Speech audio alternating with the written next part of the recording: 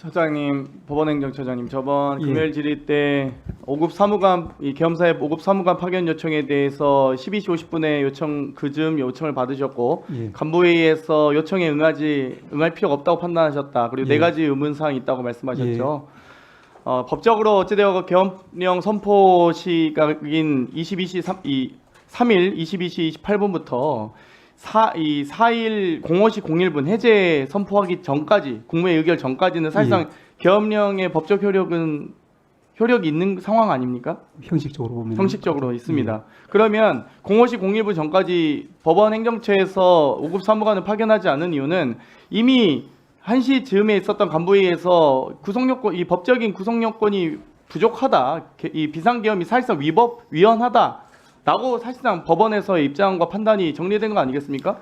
그러셨다면 2시에 퇴근하셨다고 하셨는데 05시 01분까지는 대기하시다가 계엄령이 해제되는 걸 국무회의 의결 되는 걸 보시고 퇴근하셨어야 되는 게 맞지 않을까요? 예, 혹은 그 이후에 간부회의를 한 번 더 하셨어야죠. 05시 01분부터 06시 01분까지라도. 예, 기본적으로는 이제 위원님 말씀에 동일하고요. 다만 그때 말씀드린 것처럼 제가 12시 50분쯤 갔을 때는 이미 국회에서 해제를 위한 이제 그 소집 절차가 진행 중이었고 거기다가 말씀드린 것처럼 여러 가지 이제 좀 의문점이 있었기 때문에 이런 그러니까 상황이 이제 제가 말씀드리고 싶은 건 법원에서 그 정도 입장을 정리하셨으면 왜 입장을 내지 않았냐는 겁니다. 만약에 만에 하나 지금 계엄법에 만약 국회에서 저희가 뭐 1시간 만에 다행히 150명 이상이 모여서 다행히 망정이지 만약 못 모였으면 저도 뭐 담 넘다가 다 국회의장부터 해서 다 담 넘었잖아요. 저는 나중에 경찰청장 오면 당연히 묻겠지만 만약 저희가 이 해제 결의안을 통과 못 시켰으면 법원은 어떻게 했어야 됩니까? 예, 거기 법원행정처장님 계엄사령관이 지휘하게 돼 있잖아요. 계엄법에. 예. 처장님 그럼 계엄사령관 육군참모총장 지휘 받으셨어야 됩니다. 받으셨을 겁니까? 예, 그런 상황이 이러지 않도록 국회에서 적절한 조치를 취해 아니 국회가 못 했으면요. 국회가 그래서 계엄법에서 최소한 국회는 침탈하지 못하도록 막아놓은 거 아니겠습니까? 그렇습니다. 근데 헌재도 가만히 있고 대법원도 가만히 있고 그냥 국회만 다 바라보고 있었잖아요. 저희가 무슨 군인입니까? 5분 대기조처럼 소집돼가지고 물론 국민을 위해 싸워야 되지만 근데 국회 비상계획에서도 국회의원들이 국회를 지키러 와야지 당사를 지키러 가는 국회의원 한심한 국회의원들이 있습니다.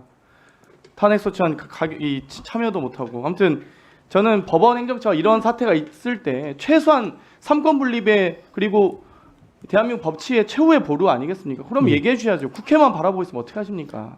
만약 1시 01분에 저희가 본회의에서 의결했다 할지라도 간부회의 소집 해제 이후에 간부회의 해산 이전에 새벽 2시라도 국회의 계엄 해제 요구안이 맞다. 지금 계엄 요건도 의문이 있고 제가 질의하기 전에 의문이 있고 국회 의결에 따라서 대통령은 계엄 해제를 빨리 해야 될 것을 촉구한다 이렇게 하셔야지 조희대 대법원장 나오셔가지고 뭐라 했습니까? 법과 원칙에 대해서 뭐 명확하게 따져보겠다?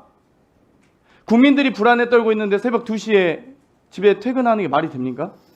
아니지 않습니까? 예. 저는 법원행정처가 진짜 그 정도 노력해 주셨으면 좋겠습니다. 공수처장님, 예. 지금 제보가 있습니다. 윤석열 대통령이 만에 하나 국군병원에서 뇌 진단을 받고 만약 국군병원에서 어떤 판정을 내릴지 모르겠지만 심신미약 판정을 받는다라고 하면 내란죄에 대한 형 감경 사유가 됩니까? 지금 그런 사태까지 지금 생각. 아니 만약에 국군병원에서 네. 심신미약 판정을 받는다 어떤 사람이 판정할지 모르지만 지금 계엄사 법무실장도 교체하는 과정이 아주 위법한 사실이 많이 드러나고 있습니다. 저희 다 따져 물을 텐데요. 만약에 질병으로 인한 대통령 유고를 선언하고 갑자기 입원 치료를 받겠다 국군병원에 들어가고요. 총리 대행을 하면서 시간 끌게 들어간다고 하면 구속하실 생각 있으십니까? 그런 상황은 생각하지 못했는데 그런 부분도 또 생각해 보겠습니다. 내란죄에 대한 심신미약 주장을 위해서 국군병원에 들어간다는 지금 이야기도 있습니다. 어쨌든 그 부분까지 포함해서 고민을 해주셨으면 좋겠고요. 방금 존경하는 전현 의원께서도 질의를 하셨지만 계엄령 선포 시에 법무, 국방, 기재, 행안에 서명을 받고 국무총리의 부서를 받도록 한 것은 계엄령 선포 권한이 대통령의 권한이지만 군통수권자로서의 고유의 권한이지만 그럼에도 불구하고 국무위원들의 심의를 거쳐라. 그리고 국무위원들의 기본적 동의 절차는 최소한으로 네.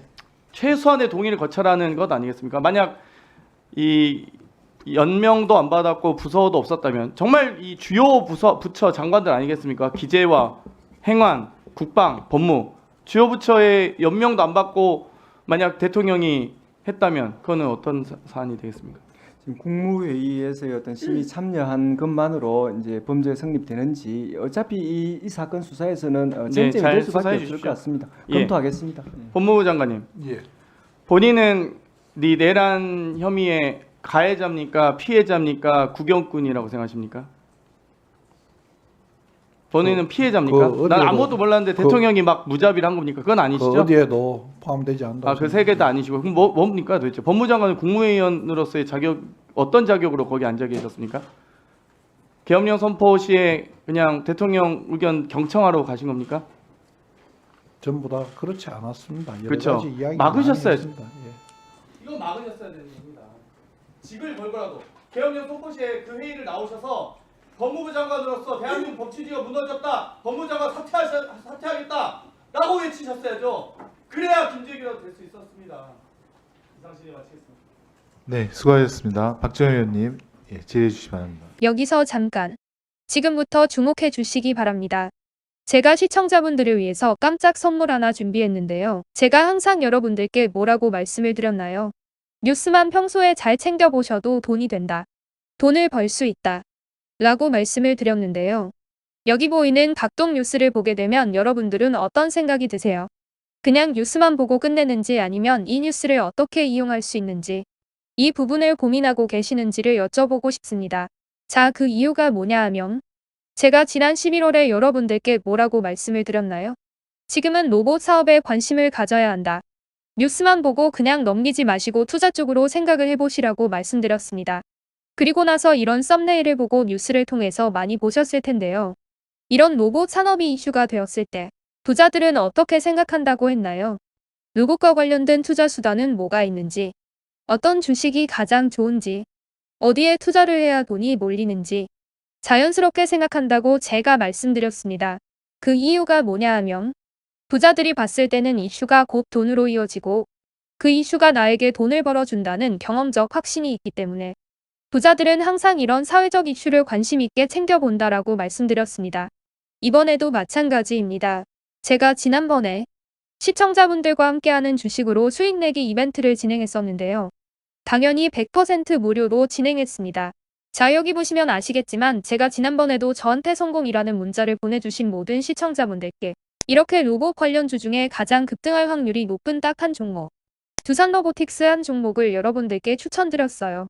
그러면서 여기 나와 있는 대로 정확히 얼마에 매수해야 하는지, 그리고 수익률이 어느 정도 나왔을 때 팔아야 하는지 여러분들께 정확히 알려드렸었는데 오른쪽을 보시면 아시겠지만 제가 11월 초에 문자로 이 두산로보틱스를 소개해드리고 나서 실제로 2달도 지나지 않아서 이렇게 주가가 2배 이상 급등이 나왔죠.